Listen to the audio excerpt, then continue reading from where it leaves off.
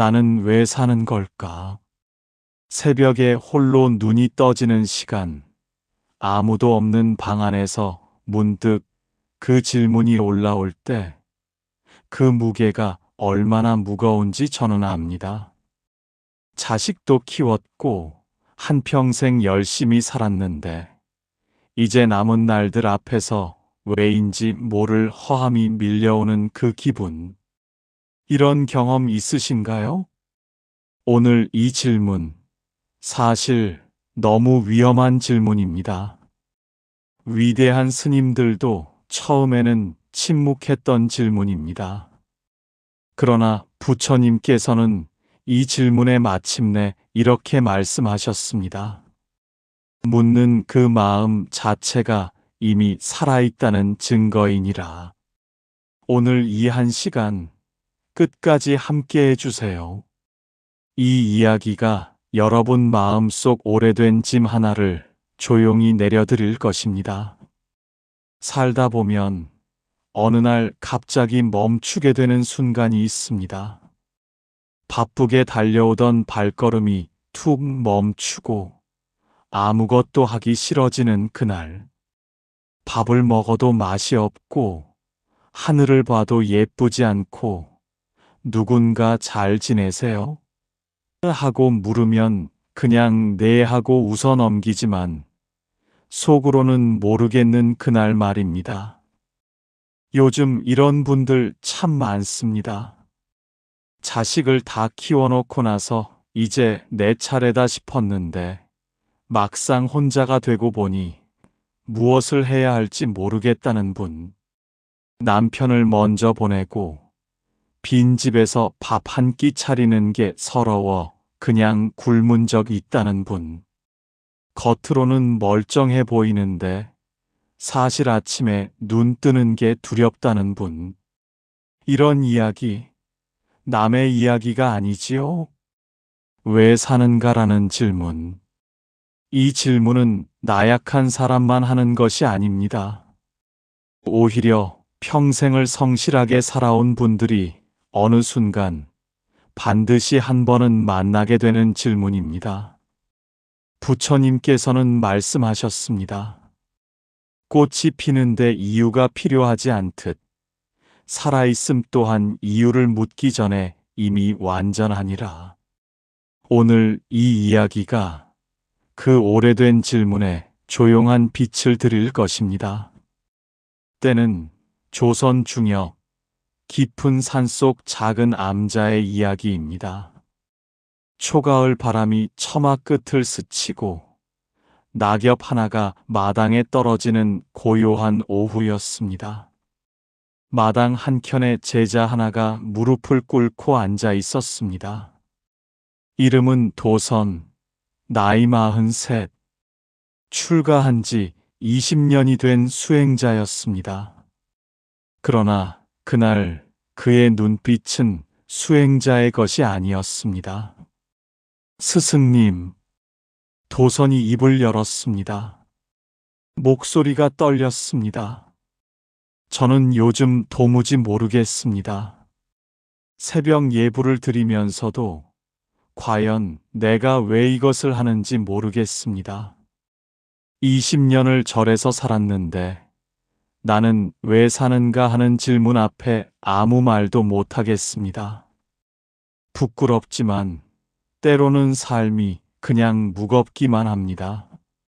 잠시 침묵이 흘렀습니다. 바람이 대나무 숲을 건드리는 소리만 들렸습니다. 스승님, 저 같은 사람도 그런 질문을 해도 됩니까? 왜 사는지도 모르면서 계속 살아도 됩니까? 그게 죄는 아닙니까?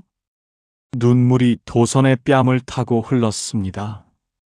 부처님께서는 아무 말 없이 그 눈물을 바라보셨습니다. 그리고 아주 천천히 손을 들어 마당의 나무 한 그루를 가리키셨습니다. 구름이 천천히 흘러갔습니다. 새들의 지저귀이 멀리서 들려왔습니다. 도선아, 저 나무를 보아라. 부처님의 목소리가 낮고 깊었습니다. 저 나무는 왜 저기에 서 있는 것이겠느냐? 도선이 고개를 들어 나무를 바라보았습니다. 수십 년은 되어 보이는 느티나무였습니다. 가지가 사방으로 뻗어 있고 이미 반쯤 물든 잎들이 바람에 흔들리고 있었습니다. 이유가 있겠습니까, 스승님? 그냥 거기서 자란 것 아닙니까? 그러하다. 부처님께서 고개를 끄덕이셨습니다. 나무는 왜 사는지 묻지 않느니라. 그러나 봄이 오면 꽃을 피우고 여름이면 그늘을 들이우고 가을이면 열매를 맺고 겨울이면 고요히 기다리느니라.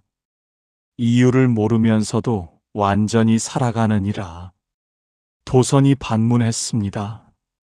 그러나 스승님, 저는 나무가 아닙니다. 저는 생각이 있고 기억이 있고 아픔이 있습니다. 나무처럼 그냥 살면 되는 것입니까? 내가 나무와 다른 점이 무엇이냐? 생각하는 것 아닙니까? 그러하다. 그런데 도선아, 그 생각이 지금 너를 살리고 있느냐, 아니면 죽이고 있느냐?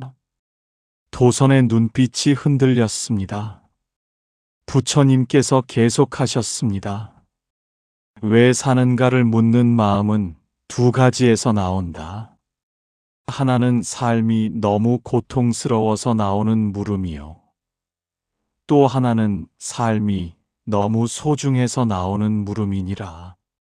어떤 사람은 이 질문 앞에서 무너지고 어떤 사람은 이 질문 앞에서 비로소 눈을 뜨느니라.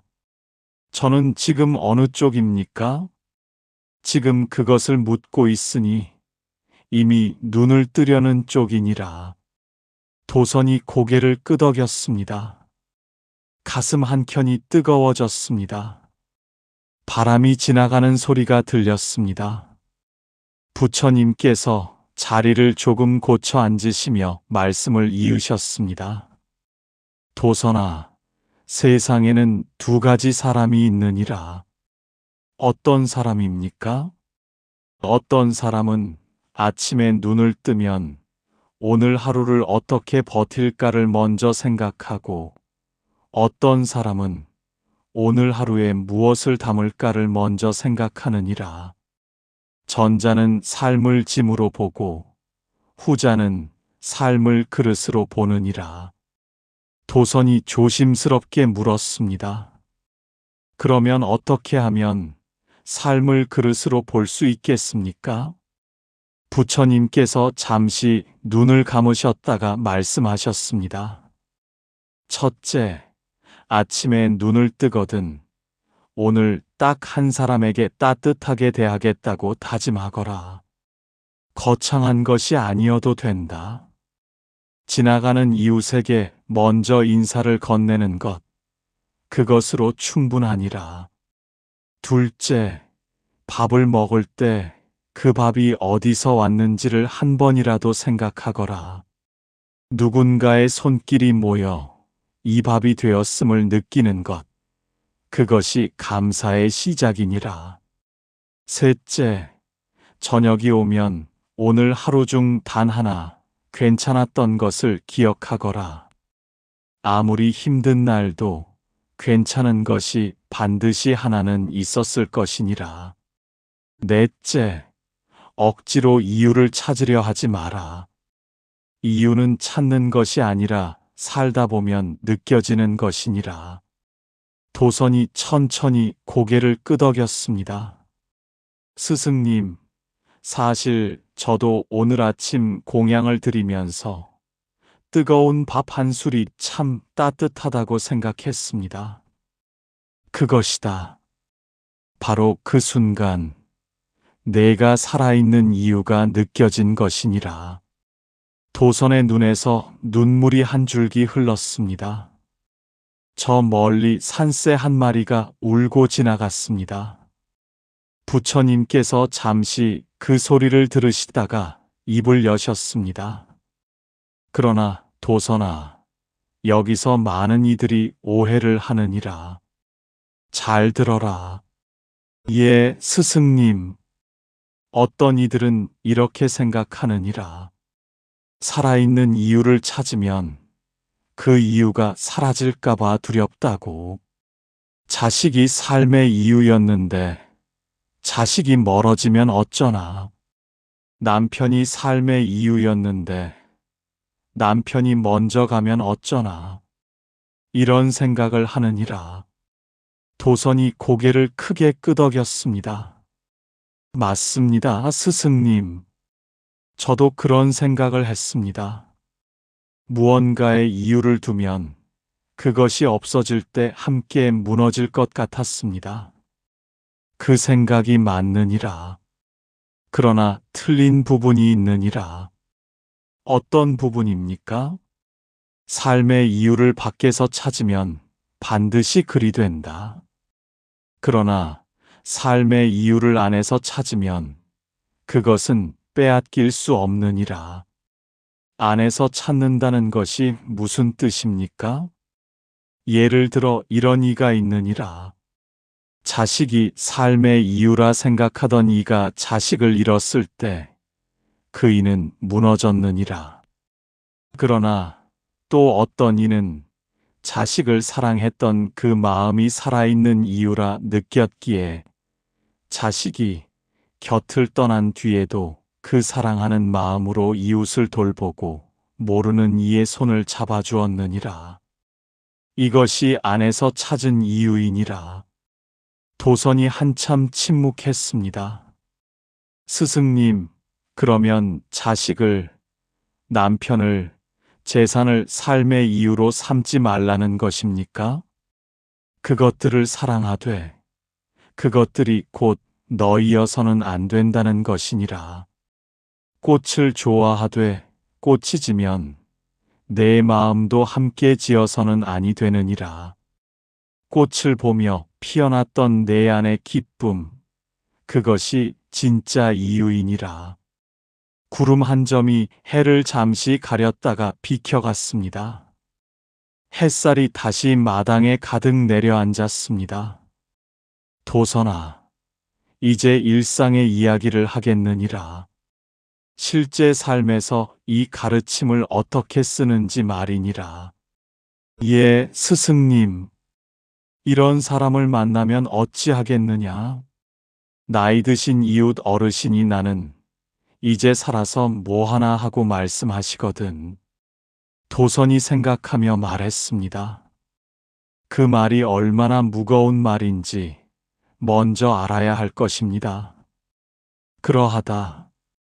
그 말을 가볍게 에이, 무슨 그런 말씀을 하고 넘기는 것은 그 어르신의 마음을 닫게 만드느니라.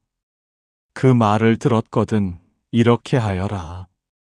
그 어르신 곁에 조용히 앉아 그 마음 참 힘드셨겠다고 한마디만 하거라.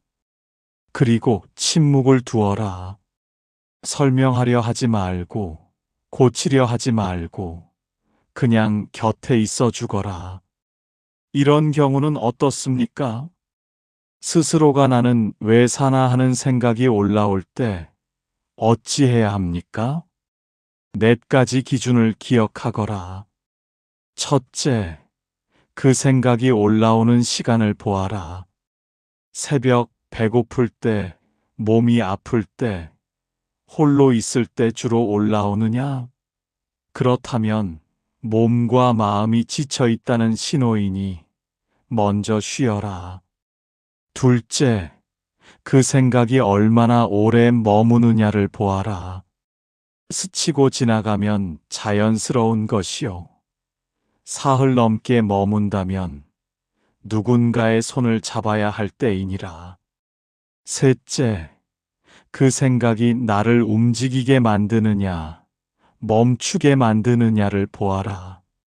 움직이게 만들면 살아있는 물음이요. 완전히 멈추게 만들면 도움이 필요한 물음이니라.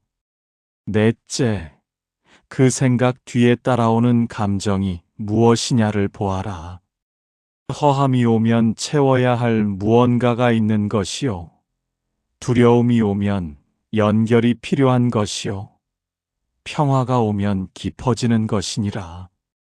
도선이 중간에 물었습니다.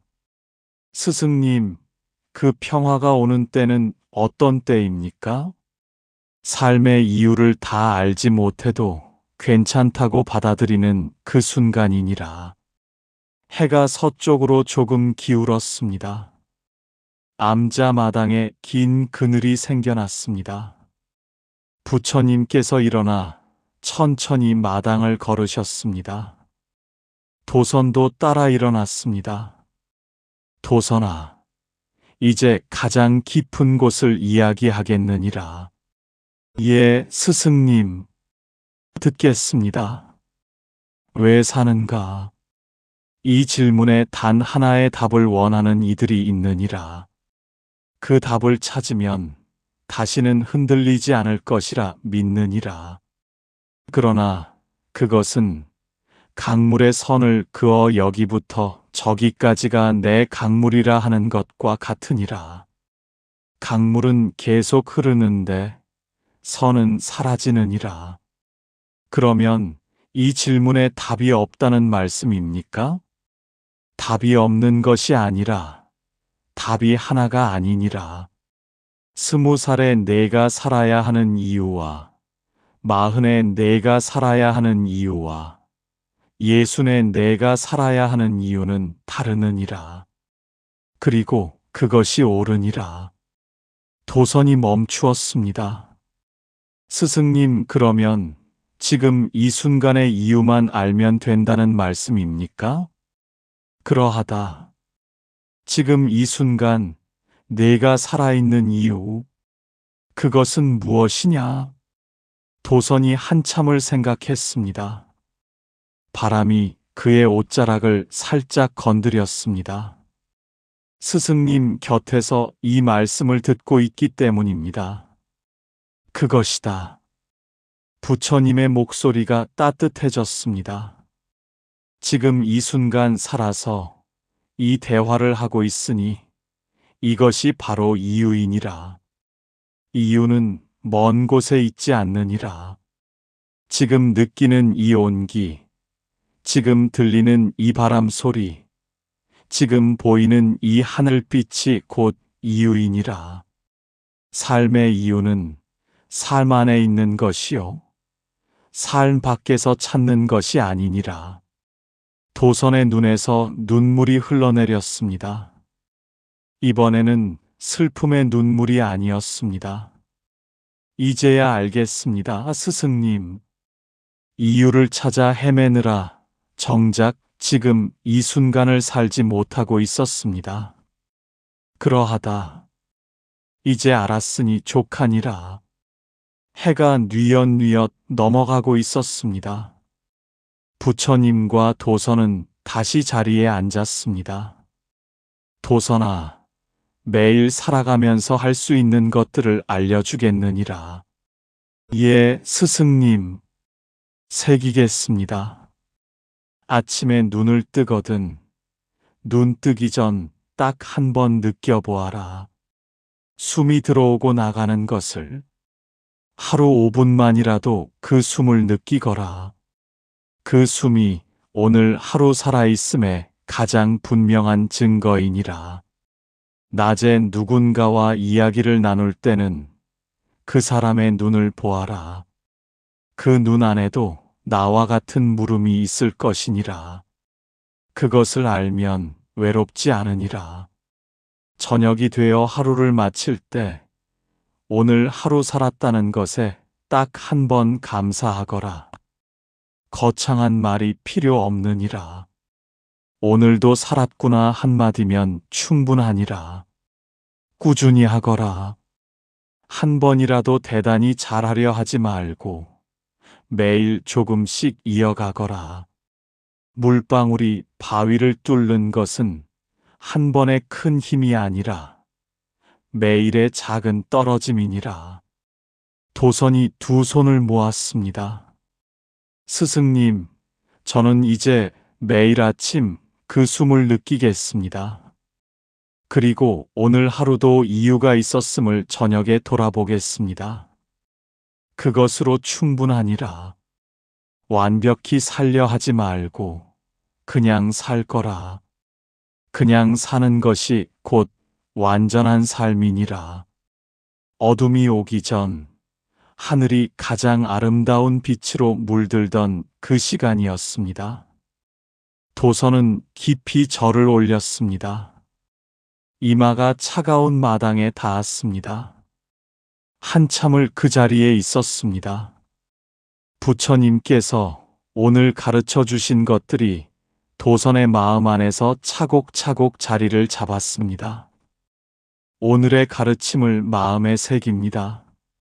첫째, 왜 사는지 모르는 것은 부끄러운 일이 아닙니다. 그 물음 자체가 살아있다는 증거입니다. 둘째, 삶의 이유는 밖에서 찾는 것이 아니라 내 안에서 느껴지는 것입니다. 셋째, 이유는 하나가 아닙니다.